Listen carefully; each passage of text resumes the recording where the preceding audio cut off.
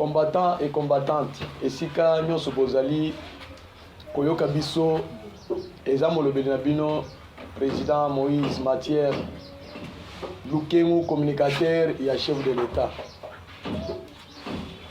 Toye pona kolimula bino discours ya chef de l'État. Parti minene tozo bandango toko décritiquer yango ti mikolo nyonso pour te faire comprendre message. Parce que éthiquement dans les annales les discours ya chef de l'État congolais oyo éthiquement ekoti na mémoire ya ba congolais, il faut ekota na mémoire na conscience collective ya ba congolais etikala archivé pour congolais nyonso akoma na niveau ya kozala patriote, un vrai patriote.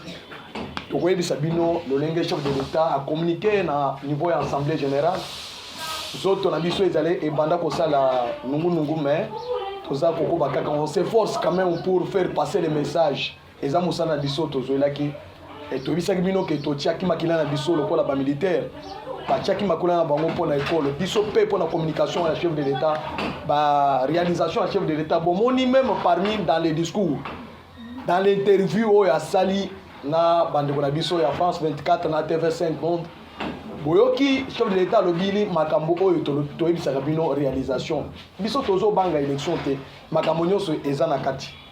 C'est ça l'essentiel ya communication na biso ya mokolo ya lelo eza na deux volets. D'abord message au chef de l'État à lobby na assemblée générale, interview na ye na réalisation na ye oyo ezali kosala et toko tika bino te sans koyebisa bino makambo nini ezali koleka na province ya Lualaba entre gouverneur Mama Fifi Masuka na ministre ya portefeuille Mama Adel Kainda. Tokoyebisa bino qu'est-ce qui se passe en réalité, toko découvrir vérité qui travaille pour le chef de l'État banani ba ko accompagner chef de l'État pour azala réélu na 2023. Merci chers combattants et chers compatriotes, chers congolais. Bande kona biso bazana poto, bazana ba pays belé, na bao bazana kati Afrique, na bao bazana kati ya mboka na biso, na Kinshasa wa à l'intérieur du pays. Tout makambo belé et lobami, coup d'état, makambo boye na boye. To koyebisa bino comment vider Chimanga ba oti ko libérer ye. Comment colonel Yav, général Yav a tikali na kati ya prison. Donc c'est binon ba vérité nyonso. Merci chers compatriotes. Chef de l'État accueilli à l'Assemblée générale comme tout État. Il fallait ce que aux membres à ONU, il fallait participer. Bazo pesa président nyonso discours minute imparti pour chaque État a exprimé makambo azomona et a proposé solution. Il y a monde et puis na makambo o ezali na mboka na ye nde yango mokonzi na biso Félix Antoine Tshisekedi Tshilombo béton ba pesa qui est lokola premier président africain ya koleka na tribune des Nations Unies. Boye bateke accueilli non seulement comme le président de la République démocratique du Congo, accueilli sous na casquette ya président ya SADC, président ya CAC, accueilli na casquette Misatouane. C'est-à-dire, en vrai dire, Azalaki qui représentait 27 États. Maintenant, c'est pourquoi il était le premier président ya kozwa parole. Maintenant, Makamuni Nyeleki l'Assemblée générale. Les enjeux ezalaki nini? Les enjeux ezalaki makambo ya guerre ya Russie na Ukraine. Il fallait chaque État appeler ça ya une proposition. Enjeu ya mibale ezalaki nini? Makambo tozoloba réchauffement climatique. Les enjeux climatiques, c'est-à-dire l'environnement. Il fallait chaque État appeler ça ya monnaie. Ya misa to ezalaki nini? Transition énergétique. Et Sengeli, chaque État appelle ça, il y a une solution pour comment tu peux transiter tout le monde makambo ya pétrole, il y a carburant ou les ça le réchauffement climatique, tout le monde ce qu'on a makambo ya énergie ou les eaux polluées environnement. De angwana makambo ezalaki wana. Tout le monde va présider belé baleki wana. Maintenant pour l'Afrique, monto liboso ya ko kota na ben ya di assemblée générale, c'était le président de la République Félix Tshisekedi. Comme tout le monde ne s'attendait plus. En tout cas, président de la République Tshisekedi a surpris tout le monde. Le président de la République a surpris même l'ONU. Vous voyez qu'à la veille, il y a l'Assemblée générale, secrétaire général, il y a l'ONU, piqué par n'importe quelle mouche, à lobby Makambo, à sali des aveux, à Bangui, à lobby non, l'ONU n'est pas à mesure de combattre les groupes armés qui se trouvent à l'est de la République démocratique du Congo. Le M23 qui est là a une armée moderne. C'est une armée moderne de plus que la communauté internationale, de plus que les États-Unis d'Amérique, de plus que la France, de plus que la Grande-Bretagne, de plus que la Chine, de plus que la Russie. Est-ce que pouvez-vous vous imaginer une telle déclaration na secrétaire général Oazo Kamba ONU? Ça frayait tout le monde. Et c'était quoi, en vrai dire? Pour nous, les communicateurs et chefs de l'État, et c'est là qui message oyo ONU abanda kopesa pona kobangisa chef de l'État parce que bamonaki que ambition ya Félix Tshisekedi na tribune ya Nations Unies et lingaki effrayé. Donc nos adversaires Paul Kagame, Yoweri Museveni, na ba multinationale, na une partie de la communauté internationale où ils allaient derrière de ce qui se passe à l'est de la République démocratique du Congo. Maintenant, pour y arriver, il fallait effrayer le président de la République comme ça à réduire l'ambition. Je ne sais pas si on se comprend bien. Maintenant, qu'est-ce qui est arrivé? Tango, comme il est de la coutume, chaque président avant au sein du discours nayo, aux présenté en gros na secrétariat général des Nations Unies. Tango Tshisekedi basali tête à tête na Guterres à l'accès du discours du coup Guterres a paniqué. Maintenant, de balobi non, ça ne va pas. Est-ce que Okoki peut réduire ou changer de discours? Tshisekedi a dit non, je ne peux pas réduire le discours. Il y a eu une grande discussion à travers allocution et à chef de l'État. Comme personne ne pouvait pas s'attendre, toutes les délégations dans l'hémicycle, il y a l'Assemblée générale des Nations Unies, Tshisekedi a eu parole. Tant que Tshisekedi a eu parole, discours naïe et qui concentré nécessairement à grande partie sur la situation à l'est du pays. Il a fait la différence avec Kabila. Il a fait la différence avec Mobutu. Il a fait la différence avec Laurent Désiré Kabila. Parce que Tango a abordé la situation, il y a est de la République démocratique du Congo, il n'a pas hésité, il n'a pas porté les gants, il n'a pas mâché les mots. Le président n'est pas allé donc au-delà de la cuillère. Tshisekedi a attaqué vraiment les causes. Il a attaqué les problèmes. Il a attaqué tout le monde qui était concerné pour Motonyoso Azwa responsabilité. Et ce qui a tourné tout le monde dans l'hémicycle, Tshisekedi a tenu ce discours plus de 45 minutes. Contrairement au précédent président Obaleki na tribune de l'Assemblée générale des Nations Unies. Maintenant, l'éternel discours est là qui nous. Tshisekedi a yebisi monde mobile.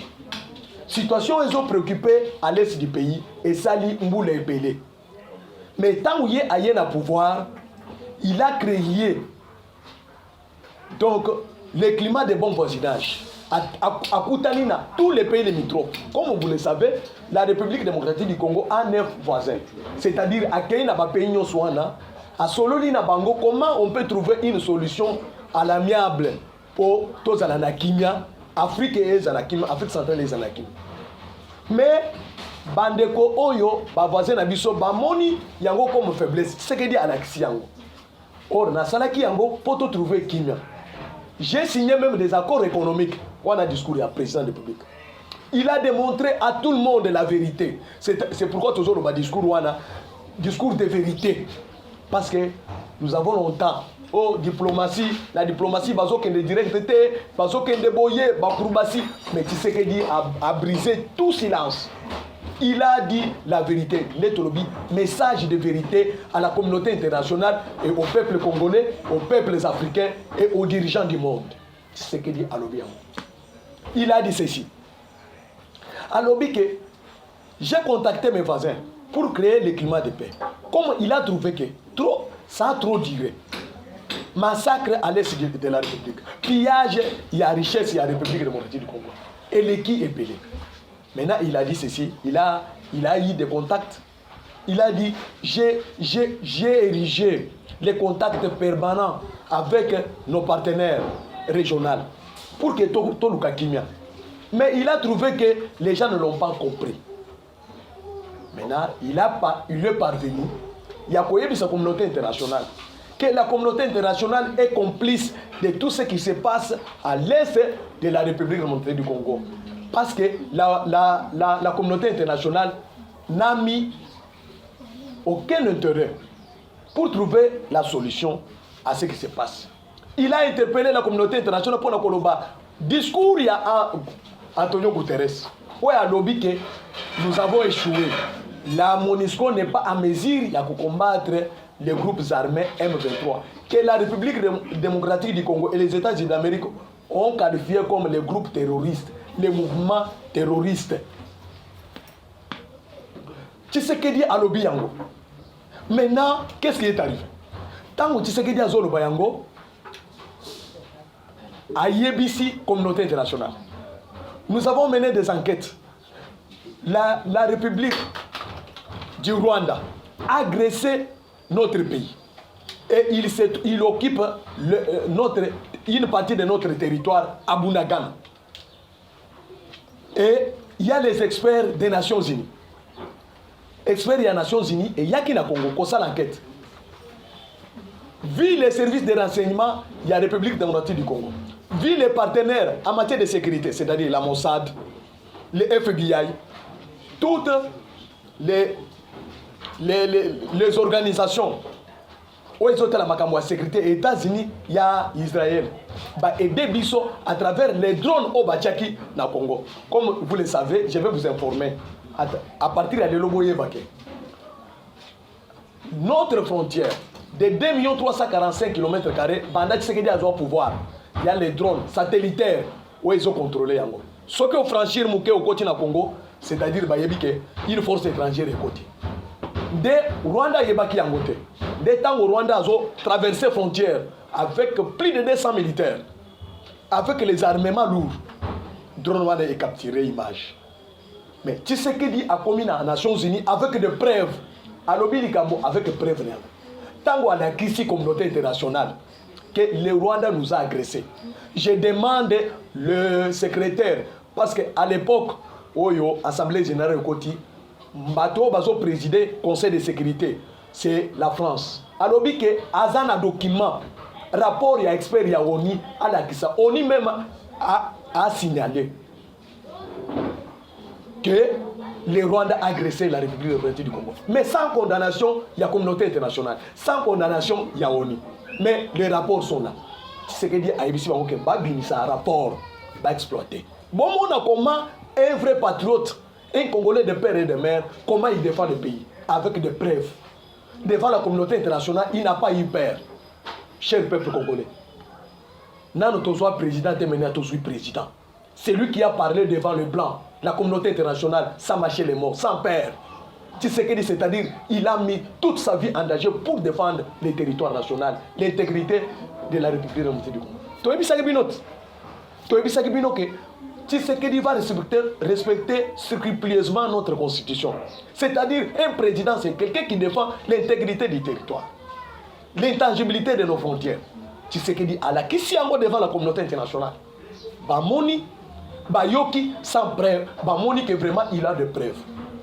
Tshisekedi a tourné les dos pour attaquer maintenant Rwanda, pour la communauté internationale. Méfiez-vous, dans mensonge, il y a Rwanda, où il y a Lukuta, avec des faux prétextes que les FDLR.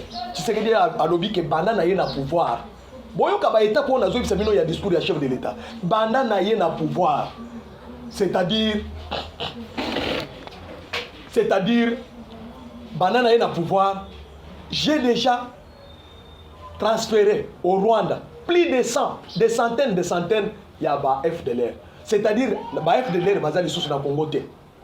bon batikali eza groupe résiduel oyo batikali ko sala makambo ya criminalité lokola ba bandit nde yango monaki babomaki Tshisekedi alobi du haut des tribunes des Nations Unies la vérité les enquêtes qu'on avait menées c'est qui avait tué l'ambassadeur italien Tshisekedi alobi yango devant le monde entier maintenant va tirer toutes les conséquences hein.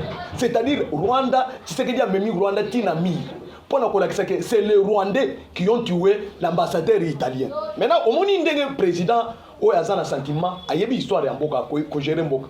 Il y a une vérité dans l'Assemblée générale, dans la mission à Bato. Antonio Guterres a boyaki, Kolobayango na mission à Bato, mais c'est qui a lobby pour que le monde entier puisse savoir que la responsabilité, il y a l'Iwa, il y a l'ambassadeur, il y a l'Italie, et Zali na Moutu, Congolais, ce sont les Rwandais des FDLR au Babomaki. Bon, Bazaki n'a doute, Bazali swap. Bon, moi, comment tragédie au Rwanda asali na Congo na mutu ya bakongolais likolo ya bakongolais Tshisekedi ayebisi bango ke c'est le Rwanda oyo Rwanda kotaki na Congo bapesaki 5 ans na noko na ye nani Kanambe Mutwala Joseph Kabila alias Joseph Kabila apesaki Kabila 5 ans Rwanda 5 ans avec les militaires armée rwandaise na Congo pour patrouiller patrouiller des FDLR. Nini Rwanda salité na Congo. Moto asinya ko Rwanda, Raymond Chibanda ya Kabila. Nani ayebi yango te. Même l'ancien président nigérien tango ayaki alobaki yango te. Maintenant Tshisekedi alobi ke prétexte o ya Rwanda pona kokota na Congo ya ba FDLR, c'est un faux prétexte. Méfiez-vous de ça. C'est-à-dire chef de l'État a yé kobimisa communauté internationale l'état au bazanango au bazo manipuler bango et pas ya Paul Kagame. Il faut être Tshisekedi. Il faut être moi na Etienne Tshisekedi pour le bamakambo na beaucoup. Mais au moment où Tshisekedi a zo négocié pour na kolakisa histoire ya mboka devant la communauté internationale monde mobimba ba pays ya monde mobimba basangani pour histoire ya Congo et tikali lokola mythe moyen to le belango ezalité intimidé par les grandes puissances de façon que tout le bâté pour bango pas profiter pour exploiter minerai na biso Tshisekedi a lobby cette fois-ci na kobima na poisa na komisa moto nyonso na poisa Paul Kagame contre mille Tshisekedi a yebisi que Paul Kagame aza na lukuta alobi que na minute oyo Paul Kagame aza na une partie ya mabele en violation ya charte ya Nations Unies oyo communauté internationale est allée bazalaki na ONU non alobi ONU osali musala na yote c'est-à-dire oza complice na massacre ya 12 millions ya bakongolais parce que Rwanda bumi bakongolais na est ya République démocratique du Congo moyen moto a douté ezalité ba rapport mapping ezali non exploité maintenant Tshisekedi alobi mais rapport ya ba expert ya ONU oyo avec des preuves moyen bola lisangote bon distribuer yango na tous les pays membres ya Conseil de sécurité. Il faut être Tshisekedi pour commettre Emmanuel Macron, président de France, devant mur, devant ses responsabilités. Congolais, nous ne sommes pas n'importe quel communicateur. Tant que nous parlons Makambo avec preuve. Est-ce que Makambo est un chef d'État avec preuve? Maintenant, la communauté internationale n'avait pas le choix. Il y a Kosala. C'est-à-dire Rwanda Basambisi et pas Tshisekedi donc à quoi il a été condamné par Tshisekedi à travers son discours, à travers des preuves. Tshisekedi a tourné la communauté internationale, Boyebisa Paul Kagame Azao, a tourné une partie du territoire rwandaise, Oyo, est occupé par les FDLR, ceux qui sont FDLR. Tshisekedi est allé plus loin pour la communauté internationale que les FDLR ce sont des fantômes. Oyo nani Kagame a manipulé la communauté internationale. Mais Kagame a manipulé la communauté internationale, mais il a échoué à manipuler Tshisekedi. Tshisekedi a télémili Kagame. Kagame a zomona donc le cola moto a chaque fois Etienne Tshisekedi wa kufa wananda a télémili. Mais il est allé avec lui, même si la place est publique. Mais il faut être Tshisekedi, non? Mais tant que nous avons opposé à Kwanga ya Likayabu, oyo tozana bango awa bazolo ba dit n'importe quoi. Oh, c'est Tshisekedi, c'est Kabila qui dirige, oh c'est Kagame qui dirige. Maintenant, bomoni comment Kagame a l'éli? Bomoni comment Kagame a l'éli? Tobisa minutes. Bomoni ndenge Tshisekedi a memi Kagame inde na Luanda a faire signer un accord que Andima que c'est lui le chef ya ba M23. Ce n'est pas M23, c'est l'armée rwandaise. Il a signé cessez-le-feu avec Tshisekedi en Angola. Mais il faut être Tshisekedi, non? Mais Kabila était ici, a fait 18 ans, 24 ans. Qu'est-ce qu'il a fait avec Kagame? Tshisekedi est allé avec Kagame dans Nairobi. Pour la communauté d'Afrique de l'Est, pour la collection en tout cas, il faut mobiliser une armée pour chasser des groupes terroristes. La vérité est parce que Nayoki Bilobela, Bato Bobangi, les commandants des forces d'Afrique de l'Est, Alobi Kenazoya Kobundate, Boyena Boye, Boz à la calme, c'est sous ma information, Boz pas Nabiso. Nous sommes des vrais communicateurs, il y a régime. Au moment où Oyo, ma chaîne à radio, parce que nous fuyons l'information pour informer les peuples congolais. Peuple congolais, Ayeba, Tozo Kende Wapi, Touti Wapi. Parce qu'il y a la guerre médiatique. Oyo, secrétaire général des Nations Unies à Salakiwana. C'est la guerre médiatique pour nous faire peur. Ndenge, Laurent Désiré Kabila yaki na Rwanda. Balobi non, ils ont des armes soviétiques. Biso tomemi manduki ya bakadoko. Tomoni batu ya pamba, même biso le peuple, on pouvait résister à cela. Ce qui s'est fait en 98 ans à Kinshasa, bakadoko basalaki. C'est tout ce qu'ils voulaient nous faire peur. Natuni comme Antonio Guterres. MONUSCO a autant d'avions, de guerre, de chasse. Est-ce que Nabunagana, aéroport des Aliwana, il y a avions de chasse, il y a M23. Quelles sont les armes sophistiquées Oyo M23 Zanango Koleka, il y a FARDC, Koleka, il y a MONUSCO. Bon, MONUSCO, il y a la communauté internationale. C'est ce qu'il y a Abimisi, on a pas ça. Même le monde entier a eu raison, le bilan. L'ONU était traité.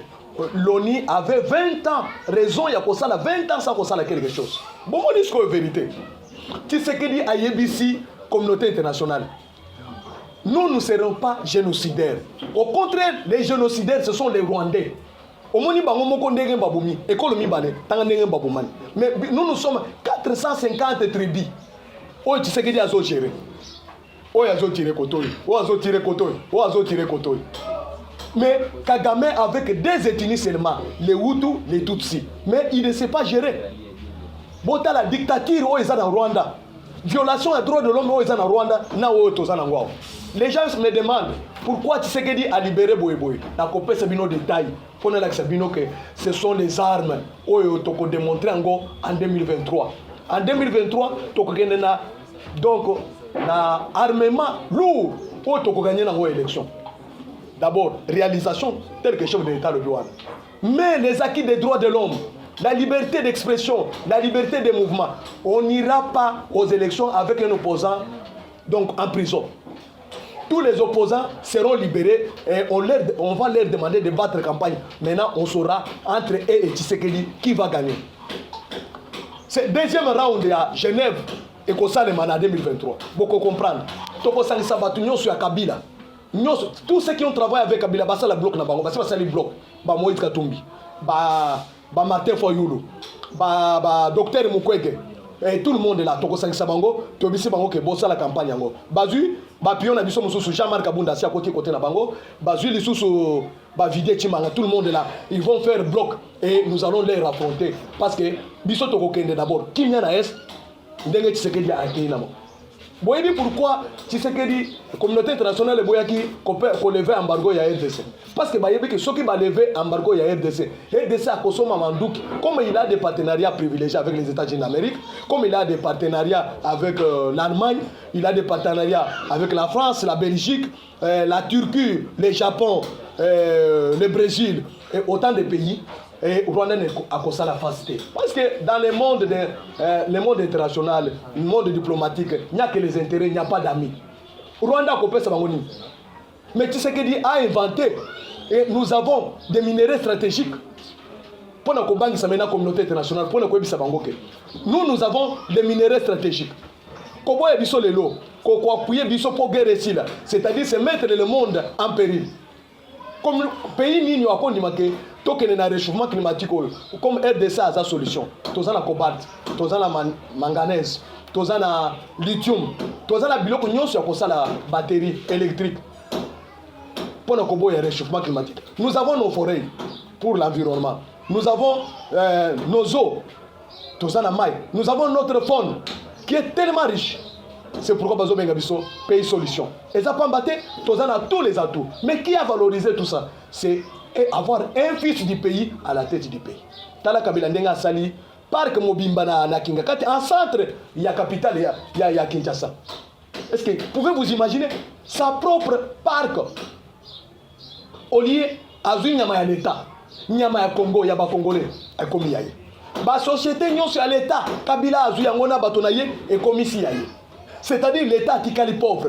Kabila ndenga zobima tokozanga koyebisa bino te chaque jour. Ba Congolais au baza manipulable et pas ya les petits politiciens au bazalaki autour ya Kabila. Tozobisa bino ke bo se réveiller. Tu sais quel est le discours wana asali ya musala non? Il a défendu le pays en tant que président de la République au Conseil des Nations devant ses pairs, d'autres présidents il y a monde entier. Et il a été applaudi. Parce qu'il a bien défendu son pays, avec des preuves à l'appui. Et Kagame a été mis contre mur. Kagame ne pouvait pas avoir. Kagame a eu un discours, il y a Kosala. Mais vu Makambo Tshisekedi à lobby, Kagame a eu un discours, il y a Kosala. Kagame a tellement 9 minutes à répondre, à 8 ans, il y a pour répondre Tshisekedi, mais à quitter. Il y a Senga Molimbisi. Non, c'est ainsi. La situation que nous avons aujourd'hui n'est pas insurmontable. Et tout éviter, tout épargner. Perte en vie humaine et en matière de finance. Bon, mon discours, Kagame a l'éli, non? Est-ce que Kagame, devant Kabila, pouvait tenir un tel discours? Il y a 9 minutes. C'est qu'il y a 45 minutes. Kagame, discours, il y a qui n'a pas de maille. Il y a qui non. Ah, ou à moi, maille. Azazio, moi, et au sala, et zater. 5 ans, c'est le fait. Dès que Kagame a accueilli et pas le président du conseil de sécurité Emmanuel Macron a dit vraiment, tout ce que je vais abandonner tout. Et pour faire abandonner Kagame, abandonner le colonel na RDC, bon, c'était une main sans faire.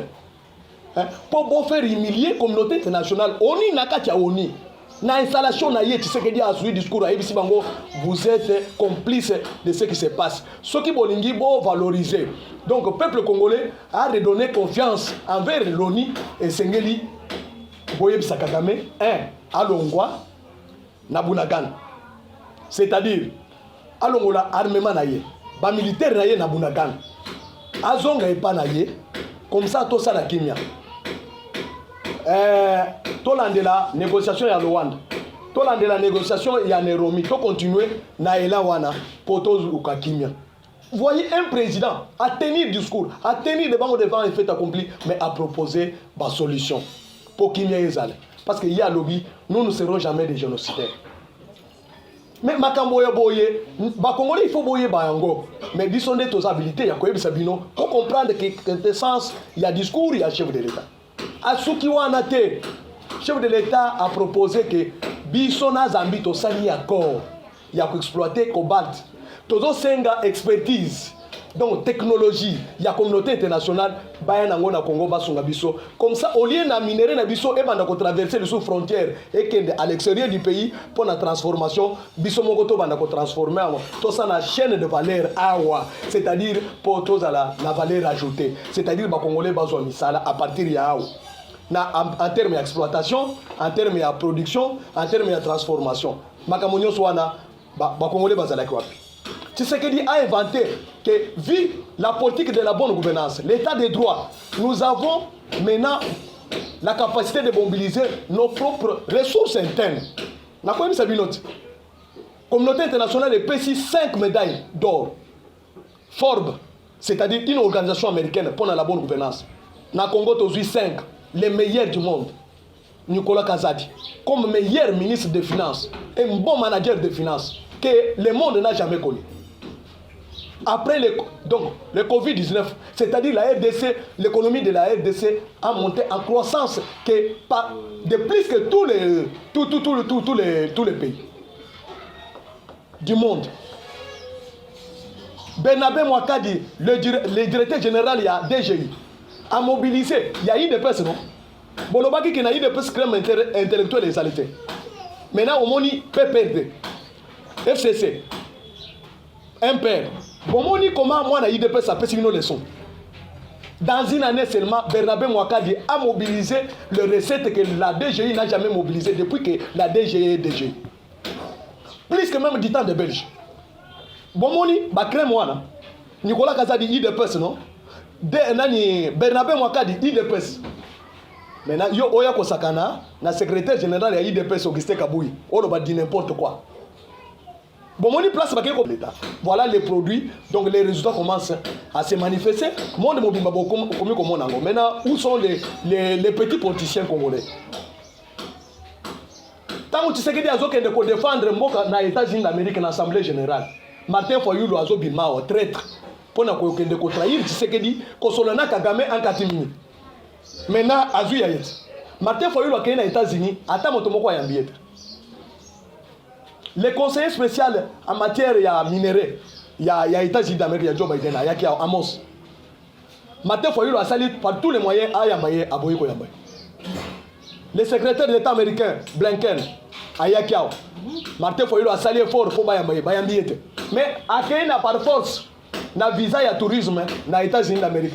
Mais à Sololi, à Luki Batonyon, à Tamotomoko Yambiete. Il n'y a qu'un réfugié, un ancien réfugié burundais. Ouais, Yambi Martin Fayulu. Vous comprenez les choses, les Congolais. Na Kagame oba Sololi na ye en katimini. Vous comprenez les complots? Complot aux anango batraite bazaka na armée. Batraite bazaka na la police, na service de renseignement.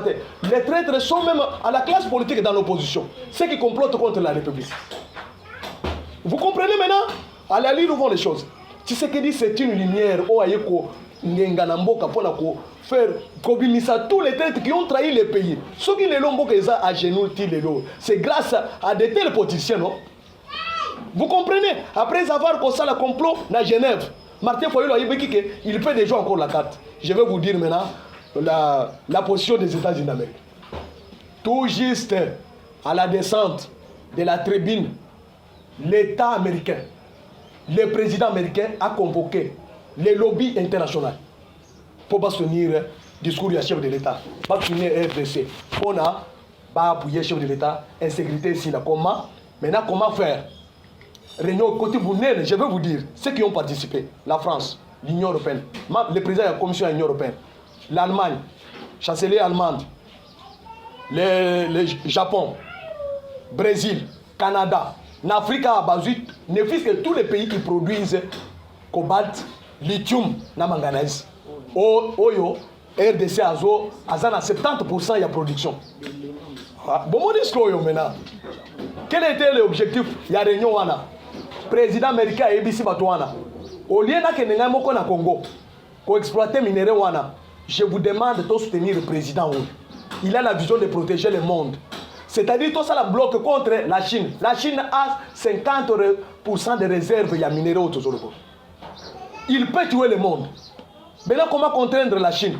Et c'est que l'Amérique a joué un pays, Israël, tous les pays, les alliés des États-Unis d'Amérique, va soutenir le président de la République pour préserver, sécuriser les réserves stratégiques, il y a minéraux stratégiques. Vous comprenez la vision du chef de l'État avec la diplomatie? Rien ne continue les États-Unis d'Amérique, papa. Les Américains,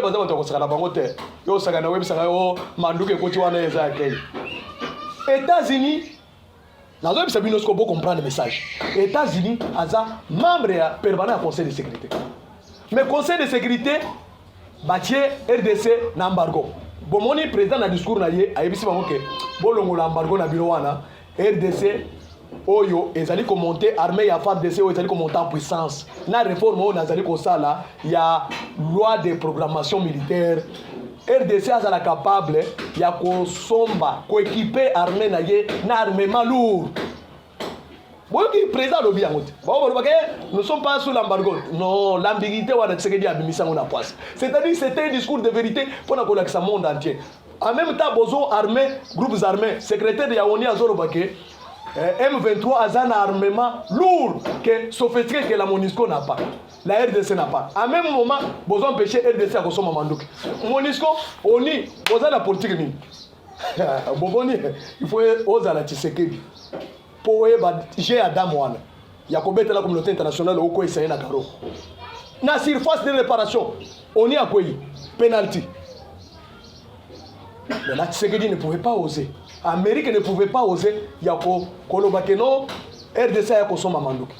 Ce qui se passe à l'Est, Bino Bobo Sani, les M23 sont taxés par le président Tshisekedi comme les groupes terroristes. Or, il y a une organisation au RDC à sa membre. Tu sais que dans Lobiango, nous faisons partie des membres. Il y a un groupe Oyo, Bazo Bondisa terroriste dans le monde. Tu sais que dit est membre là-bas. À Lobi, non. Bosungai, Nazo Armement pour combattre dans le groupe terroriste. Boyebi, le 11 septembre 2011, wapi événement macabre au Salamaki, il y a dans les États-Unis d'Amérique, il y a Ordre Stranter, il y a Osama Ben Laden. Après ça, il y a eu d'autres événements en Afrique, au Kenya, non? Boyebite, Bobosani, en Nairobi. Les terroristes ont fait les mêmes bêtises qu'ils ont fait aux États-Unis, même na Kenya. Depuis lors, Kenya, c'est un pays que les États-Unis ont accordé. Je vous dis, le premier pays africain, il y a Azala, na chance, il y a Kosomba, n'importe quelle arme na États-Unis d'Amérique. De quel temps, de quel modèle, c'est le Kenya. Yo kanisi ke tshisekedi kokota na organisation yo Kenya zaliwa na ezali pamba. Yebela. Congolais yebela. To bisaki binot. Bon monaki lokola mwana muke. To bisaki bino to yo kotanga c'est bino politique. C'est fin politique. Tshisekedi. Tokoti wana. Armement wana. Ezo na cadre groupe sous-régional, ce sont les armements de la RDC, de la RDC. Autres en ont besoin pour la combattre Kagame. Et c'est pourquoi Kagame a saisi ses effets. Mandouke bandi kobim. Papa, na politique, na guerre, sur le plan sécuritaire, bah yebisa ka tactique ni nyonso libanda te.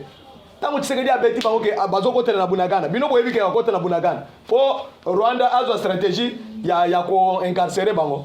Te wana eza stratégie. On a une stratégie communicationnelle. Le président de la République a sali de façon que pour nous tromper vigilance que le Kenya va entrer par Bunagana. De façon que M23 a paniqué, Rwanda a paniqué, a télé makuna. Zokande bazoko tela mususu ba côté lina village moko boye baza déjà na Goma. Armement c'est côté belé armement lourd. Boko mona shikoyo. Et puis tu sais que dans ça la makambo na pambate, il y a un accord militaire signé avec les groupes régionaux. Ce qu'on dit Rwanda maintenant, ce n'est pas la RDC. Pourquoi il y a la guerre entre la RDC et le Rwanda. C'est les groupes sous-régionaux reconnus par l'ONU, envoyés par l'ONU et l'Union africaine. Ça dès que le CAC, ils ont reconnaître force Rwanda. Ce que le Rwanda a ça la face.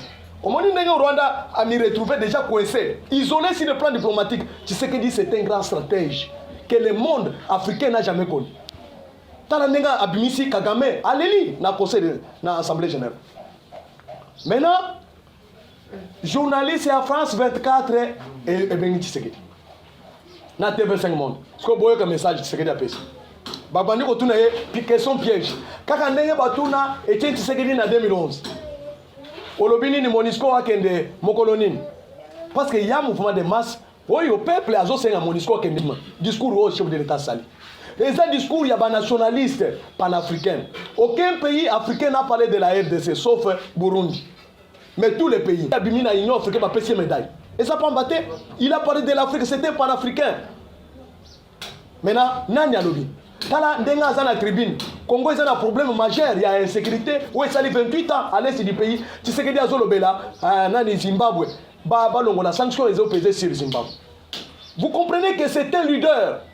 Il part pour, non pas pour ses propres intérêts, il part pour les intérêts généraux. Mais tant au président Ninyaloga, on a eu que le soutien de la Belgique. On a eu que le soutien des Polonais, des présidents polonais là. Même Poutine on a quitté. Alors non. Discours au moins mobile à Sali. C'est-à-dire à Yokis communauté internationale son. Non, je suis prêt. Il y a quoi Sali. Parce que Poutine, Russie est membre permanent du Conseil de sécurité. Maintenant. Tango Macron, en tant que président du Conseil de sécurité, a signé que Akouti Sanabangomi Balé. Tu sais qu'il dit, il n'est pas violent, c'est un vrai diplomate. A sali semblant comme Azana problème dans Kakamete. Alors, on a d'abord Batuna Bunagan. Batunaye, bon, on a Bunagan. Kagame a dit, mais Bato, non, il n'y a pas l'agression, il n'y a pas l'agression. Ce qu'on peut dire, tu sais qu'il est allé avec Kagame contre Mir. Alors, dites la vérité. Si tu dis la vérité, je vais te laisser. Parce que le régime de Kagame appartiendra à l'histoire. Il y a Museveni même. Même moi, il y a Museveni qui a causé la tata, a causé la ressource parce qu'ils ont péché. Ils ont tombé dans les pièges de la communauté internationale, il y a la République démocratique du Congo. Maintenant, le grand problème, c'est quoi? Si c'est que dit, à l'objet que aux banga élection, c'est que dit à l'objet, non, élection. D'ailleurs, au contraire, moi, je me suis mieux préparé par rapport à quoi? À l'objet, n'a pas réalisation. C'est ce que dit à l'objet d'abord. On a vu ça. Tant qu'on a pas matière, non, je vous dis la vérité. On doit dire la vérité au peuple congolais. Mbeleza la Tshisekedi. Bana ya Congo, balinga batanga ofelete, ya école primaire publique. Mbeleza la Tshisekedi. Article 43 wana depuis 2006. Est-ce que Bomoni nani mususu a utilisé? Kagame ayawa, Kabila avec son oncle Kagame ba gérer mboko. Est-ce que ba pouvait balinga ki ba yeba ke bana ba congolais batanga ofelete? Tshisekedi a lobby que na koti maintenant la santé universelle gratuitement. Au moment où nous parlons, on est en train de réhabiliter des hôpitaux, construire d'autres hôpitaux. Pour que avant 2023, tout ça a un discours sanitaire. N'habitez sur vous comprendre Makambo. Vous avez la planète ni. Vous besoin comprendre. Et bateau Tshisekedi a salwana, ce sont des Congolais. Oui, Makambo a besoin palper yango. Dans chaque famille, les autres ont besoin de ofelete na Congo mobile. Et ça qui était dans la région telle, non, sur toute l'étendue de la République. Na année où bana bakoti plus de 5 millions gratuitement. Na bana ba soda au bakufa, na bana ba policier au bakufa, na bana ba politicien au baboma na Kabila. Na bana oyo ya ba orphelin nyoso bakufa nzala. Bana nyoso wana bazo tanga ofele. C'est ça les moyens ya ko réduire to ya criminalité na mboka. To ya bakulu na oyo Kabila tikela biso awo. Bomoni phénomène kuluna ndenge zo salisa biso pasi na Kinshasa. Ce sont les résultats ya gestion ya Kabila. Mais bato balingi ba porter biso yango. Au contraire biso tozana kati ya kobunda pona ko éradiquer yango. C'est pourquoi ba mususu olia ko boma bango ndenge Kabila banda ko boma bango totindi bango na Kanyamaka sese. Maintenant Kanyamaka sese komi ko s'étendre na ba province nyos. Bazana tina lo laba. Malgré makambo ya mabe nani mama gouverneur asali kuna kato sepeli. D'ailleurs, je profite de cette occasion pour nous parler de Makambo. Comment Makambo est allé au Salema na Rwanda? Chef de l'État a télé na Conseil de sécurité à l'Obini. À l'Obi que j'ai des réalisations qui vont me faire relire. Au moment où ma posa dans la distraction, moi j'ai vu au quotidien avec le peuple congolais. Il est en train de résoudre, de réaliser Makambo Oyo, les Congolais vont comprendre. Alors les infrastructures routières, Congo Mobimba papa. Kende na Équateur, aéroport de Sili et comme aéroport international non, na Équateur na Mbandaka. Kende. Je crois que les journalistes au Kwedengai on a offert passer image wana. Tala makambo président qui ko lancé na Kasai central. Nzela kala mamouche. Ezo kende ti na port ya Lobito jusqu'à l'océan Atlantique. Banda belge et salamate. Nzela o ya Kinshasa Chikapa. Chef de l'État a commissaire worki na Kamweshi. Ezobima na Kamweshi tik Kananga Mbujimai Manyema jusqu'au donc à l'est du pays. Est-ce que vous comprenez? Chef de l'État Saline Zela Moussousou na Loala Bakuna. En tout cas, merci ministre excellence Adel Kainda qui a portefeuille. En tout cas, cette lame-là nous a marqué. Il n'est pas de l'IDPS, mais il a travaillé comme un combattant de l'IDPS. Qu'est-ce qui nous a marqué? Madame Wana Akeina Loalab. Misala nyo sezo sale ma papa na kati ya mboka na biso. Dans n'importe quelle province. Ezali na socle nango c'est vision ya chef de l'État. Mais comment misala zo sale ma bino boza komisa bino moko. Kabila sali yawo. Est-ce que misala wana salama? Maintenant Tshisekedi tango zo sali sa apesi mbongo et bimi na gouvernement central. Bosala boy. Banzele komi ko salem. Le loto za na nzela o ebimi kolwezi. Sandowa tina Kapanga. Nzela wana esili ya autant de kilomètres. Tshisekedi na régime ya Tshisekedi na inane ya gouvernement Sama Lokonde asali yango. Maintenant tango madame ya portefeuille ya keiko yebisa ba congolais que voilà misala nyoso ezali ko kumisa chef de l'état c'est Tshisekedi nda asali yango. Bon mona kindenga yaki na palais du peuple na oya apesi Tshisekedi donc symbole ya éléphant na symbole ya moto na bateau na mai ezala kinini pona kola kiseke mbele Tshisekedi makambo azo sala réalisation azo sala trace éthicali na mémoire ya ba congolais nyonso c'est une leçon non madame wana a raison maintenant na sando kuna tonga tozo batoneni nous avons que le président soit réélu. en 2023. Mais ce qui va le faire relire, ce sont ses réalisations. Mais ce qui est réalisation, les autres salema, bino boza kumisa bino moko. Kaka ngai gouverneur Mama Masuka, boy, Mama Fifi Masuka boy na boy. Mais président de la République azo kumisa mate. Quel agenda? Vous avez un agenda caché? Na katanga na lola bokuna. Parce que na lola bokuna nde chef de l'État a fait ses réalisations makasi. Akendaki même kobimisa tina bashidona na kati ya ba mine. Chef de l'État pesi gonkuna. Misale zo salema wana c'est sous l'impulsion ya chef de l'État Tshisekedi. Mais bino bozolo bela Tshisekedi.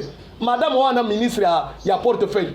Aye kuna mama Adel Kayinda. Alobi que non, misale nyonso zo salema. Na o école, na ya ba kotonga ba édifice.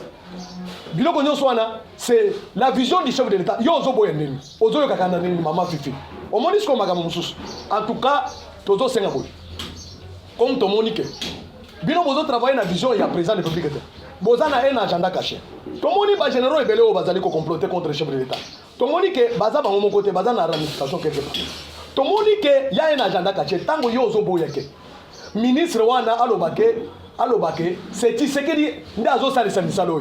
Po baya ko élire nani na koloji na lo alab.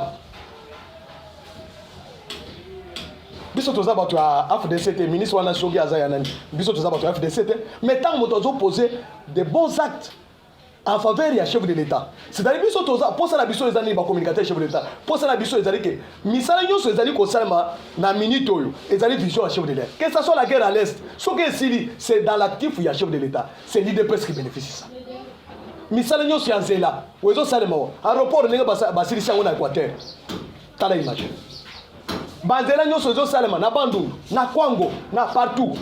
Ezali vision à chef de l'État. Mbele Tshisekedi anima ke makamwana esalema te. Mbongo ezo bima kuna ezali vision à chef de l'État non? Mobilisation des recettes, ezali chef de l'État ozo pesa idée que ata ozamwa na mai. Ata totanga na yo. Moindre geste oza boloko. Bomoni ba conseiller ndenge bazoko ta boloko. Ata bimi mais azui leçon. Prison wana ezalaki ya kaka de petits peuples. De justice binopé. Où ça la binote? Et nous disons ceci. Pour ce qui concerne Katanga, au Katanga, Loalaba, on ne peut pas se laisser faire. Misalo et Salemi, réhabilitation, il y a hôpital soin. Réhabilitation, il y a hôtel Caravia. Makamonio Sozo Salamokuna. C'est le chef de l'État qui a donné la vision, non?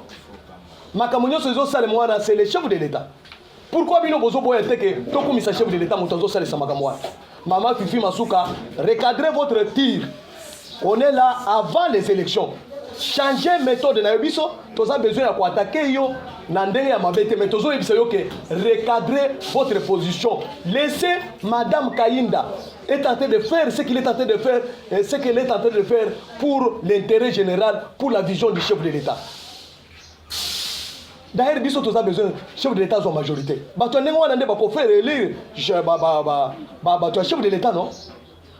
Nous sommes prêts. Les combattants il peut battre la campagne, non? Parce que maintenant je vais vous dire ceci. Maintenant, stratégie il faut comprendre maintenant. Dans toutes les provinces, dans chaque territoire, dans 145 territoires, tous ceux qui vont se faire élire avec le fichier du chef de l'État, il y a une autorité morale. Tout si ma chef de l'État et chef de l'État n'a qu'un seul parti politique, c'est l'IDPS. Ça c'est pour votre information. Je vais vous dire ça.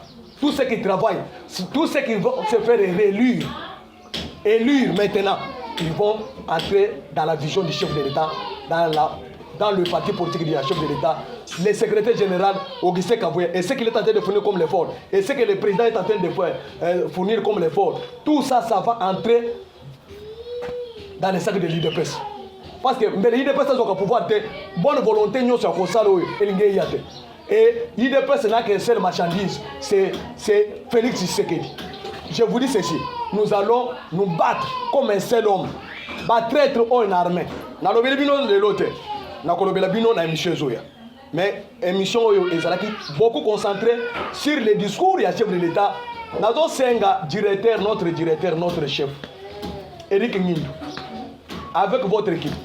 Gisar Kusema bozo sala surtout Gisar Kusema bozo sala lo soki ngindo azate eloko moko ezo saleba c'est-à-dire yozo kende c'est-à-dire makambo nyonso wana ezo salema soki lelo Kabila sala ki eloko te mais il était visible qui n'a fait fond makambo ezo salema bazo yebisa bazo mais nous sommes les communicateurs à chef de l'État pour directeur de cabinet bon mobiliser moyens tout ça la communication tout ça la meeting na ba commune nyonso ba territoire nyonso ba cellule nyonso ba quartier nyonso to intérioriser discours il y a patriotisme parce que guerre auto ko gagner ngo soki peuple congolais à côté la vision à chef de l'État azui esprit de patriotisme tozo c'est une vérité non mais bino bozo mona musala auto sala bozo ngo à la légère.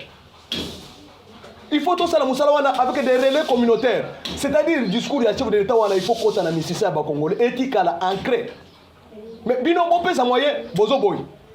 Tozo interpellé notre directeur de communication Eric Ngin. Osa soit presse écrite, presse audiovisuelle, tout c'est vous. Nous avons des chaînes, nos propres chaînes. Il y a token de Koleka, RTNC 3, RTNC 1. Toko Koleka kuna. J'ai ministre de la communication, mais vous travaillez pour quel intérêt? Makambo ya chef de l'État ezole kaboy. Et c'est le chef de l'État moko abanda ko sala bilan devant les médias. Mais biso ba communicateur na bozo pesa biso moyen to se communiquer. Mais ministre de la communication, ozo travailler pour quel intérêt? Parce que tout le monde dans le gouvernement, tout le monde travailler pour que le chef de l'État ait la réalité. Chef de l'État a la majorité. Bato bazo travailler contre courant. Bato ana esprit na bangoning. Balingi comme on a bato IDP se permet chef de l'État. Balingi comme on a Augustin Kabou ya permet chef de l'État. Mais bozo séparer biso na chef de l'État pour nani. Chef de l'État zo pesa biso rendez-vous bino bo tchekal.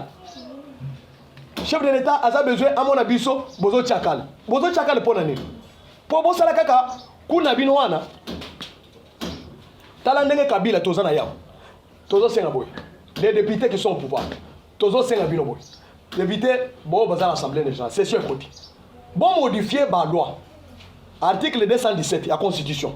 Article 51, bon, modifier. Bon, modifier l'article. Révision constitutionnelle et salem avant les élections.